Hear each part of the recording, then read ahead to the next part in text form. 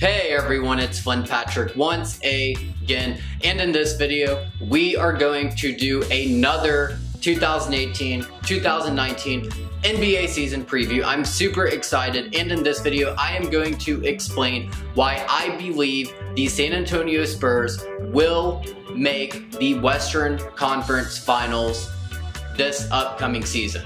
So, the Spurs, I am super excited about them. They made a lot of big moves this offseason. And yes, I do believe that Golden State is absolutely the favorite in the West to still make the NBA Finals. But at the same time, I think the rest of the West is wide open. And I think the door is wide open for the San Antonio Spurs to take advantage of a successful season. Also, before we start this in-depth analysis, make sure to subscribe to see a lot more quality content. We will be doing a lot of content, especially as the NBA season is getting underway. I am super duper excited about this. So the San Antonio Spurs obviously had a very eventful offseason that saw them send Kawhi Leonard to Toronto, and they got DeMar DeRozan in return. To be clear, I think this was a win-win trade. I think Toronto will get a lot of success out of this trade as well. But I also think that this trade sets San Antonio up for big time success this upcoming season. No Manu Ginobili, no Tony Parker, no Tim Duncan, no Kawhi Leonard.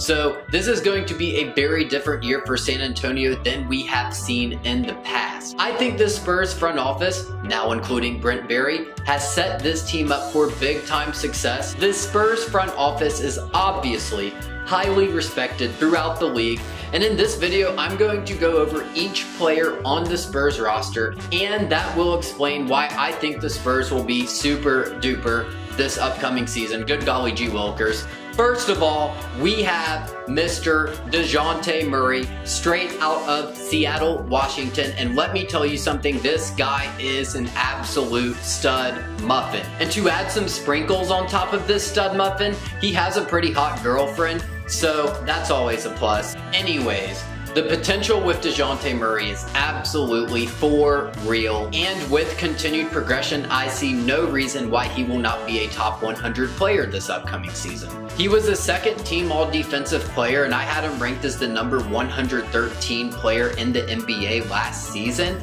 and this was just in his second year in the NBA. He now has the reins to lead the Spurs team. His confidence is on the rise.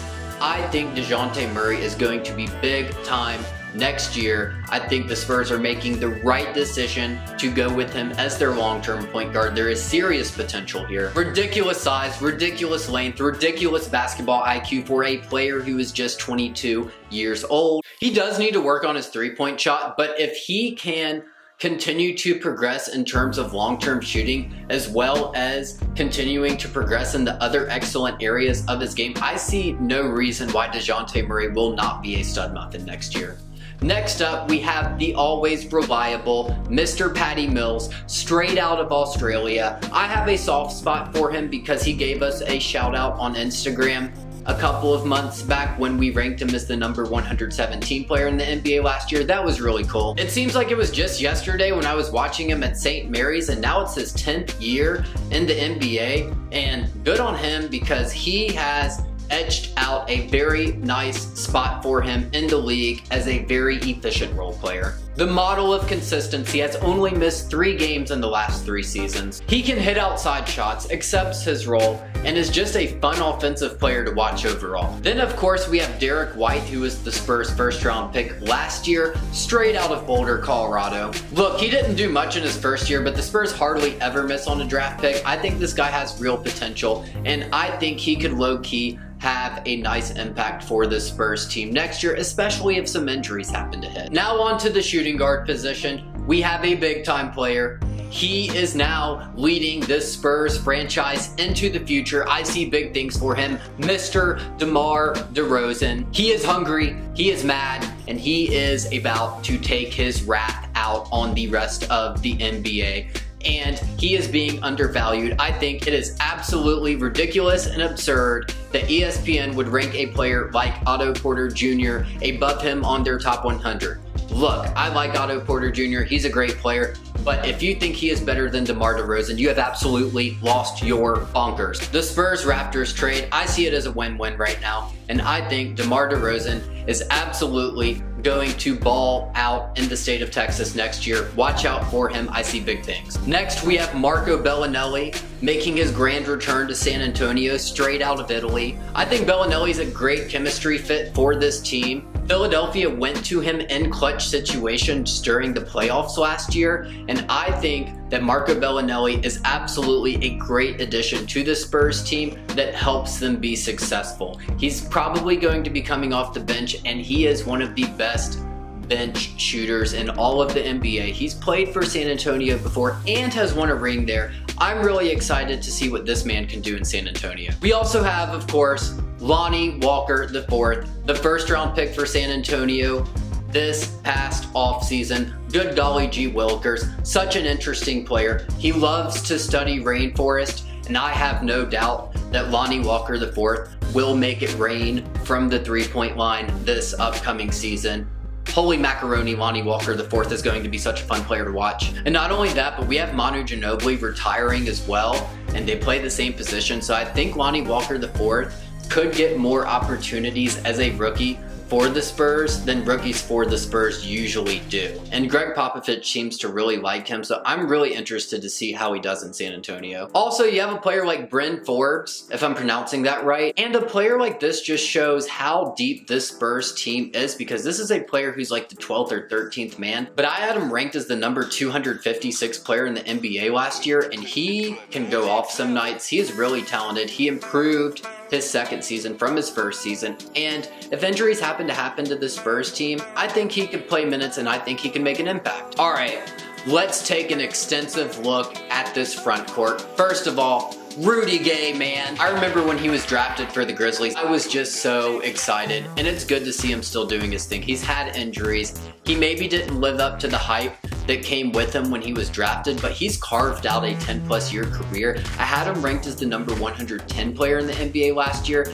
He's accepted his role as a role player on the Spurs team, and if he can stay fully healthy next year, I see Rudy Gay doing good things for the Spurs team. I really like Rudy Gay. He's transitioned a little bit into playing more in the post. He still shoots outside, but he accepts his role on the Spurs team. If he was fully healthy last year, I think he would have finished in our top 100. So if he can just remain healthy and play as many games as possible, I see Rudy Gay playing well into his mid-30s. And of course, you have the big-time man for the Spurs, LaMarcus Aldridge, who had an absolute resurgence year for the Spurs team last year, finishing number 18 on my top 120 players, and a second-team All-NBA player. He played more confident. He made big-time progression from the previous season. He is very comfortable in that Spurs system. He is hungry for more. He is 33 years old, Scottie Pippen year, and he is looking for a ring. This Spurs team has good chemistry, and I have zero doubt LaMarcus Aldridge will continue to play at an All-NBA or near All-NBA level this upcoming season. The best mid-range big man shooter in the NBA. I am really excited to see what LaMarcus Aldridge can do this upcoming season. We also have, of course, Pau Gasol, an unquestioned future Hall of Famer, still playing at a high level at 38 years old, and he finished just outside of our top 100 last year. As a Grizzlies fan, Pau Gasol is obviously a favorite of mine. He was the star player for the Grizzlies when I became a fan of the NBA.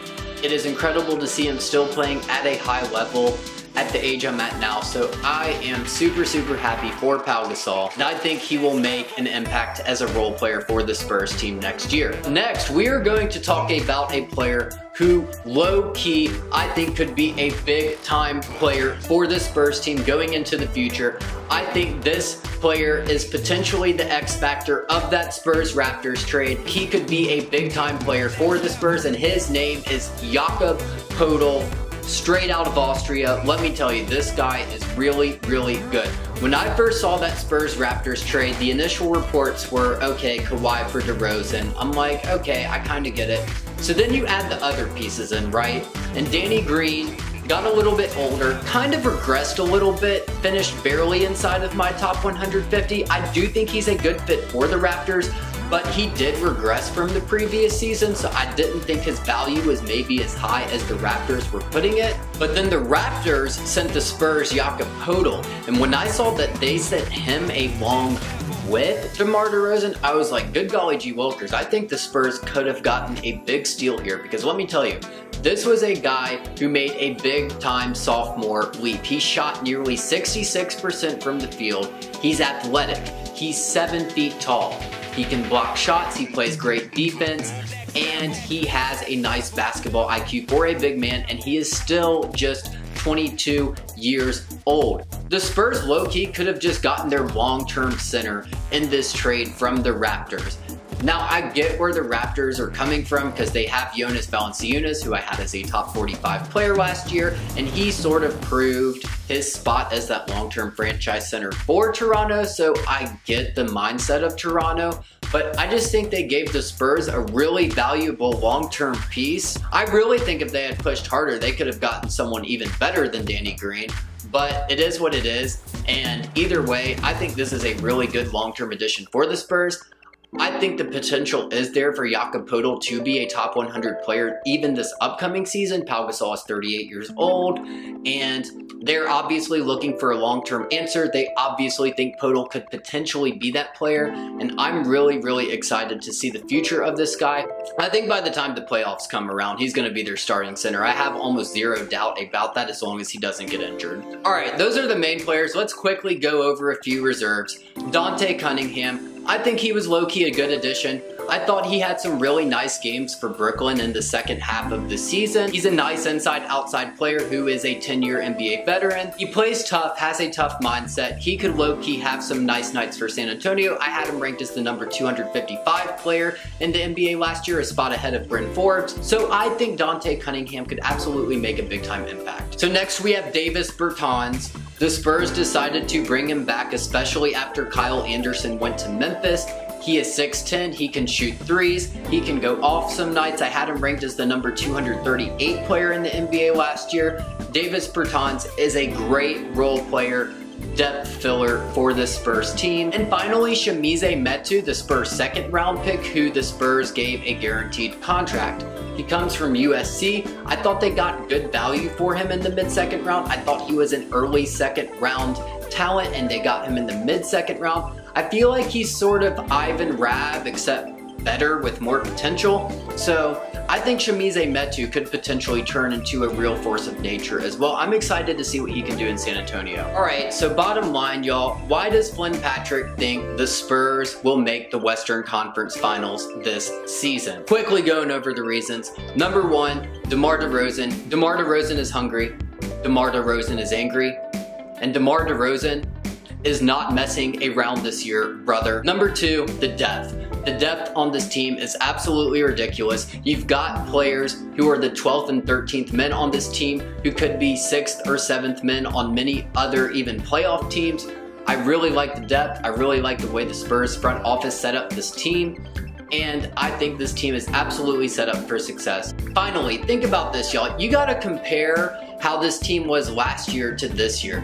This is a team who made the playoffs without Kawhi Leonard last year, and they got blown out by Golden State, but I mean, they at least tried. They were just missing a spark. They didn't have Kawhi, and they didn't have that spark to put up a serious fight.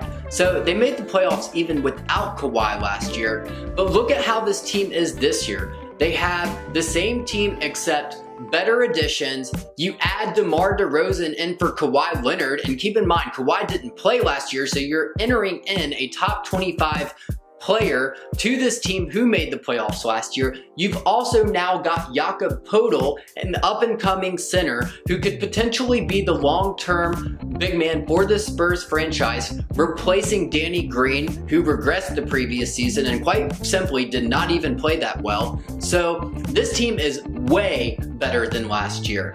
I don't think they're going to make the NBA Finals. Golden State is going to make the NBA Finals, barring a major catastrophe. But I legitimately think this Spurs team is the second best team in the Western Conference.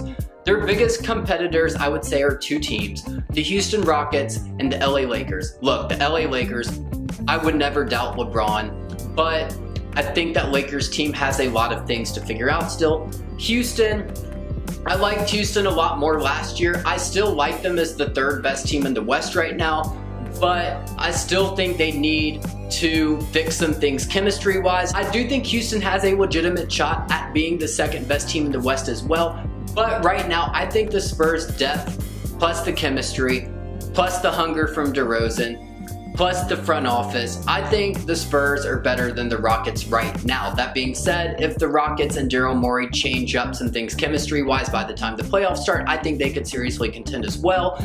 But as of right now, my bold prediction is the San Antonio Spurs are being underrated by the national media, and I believe the San Antonio Spurs will make the Western Conference Finals in 2018-2019. Thank you so much for watching this video. I appreciate every single one of you. Make sure to subscribe. My name is Flynn Patrick. We will be back with more content shortly.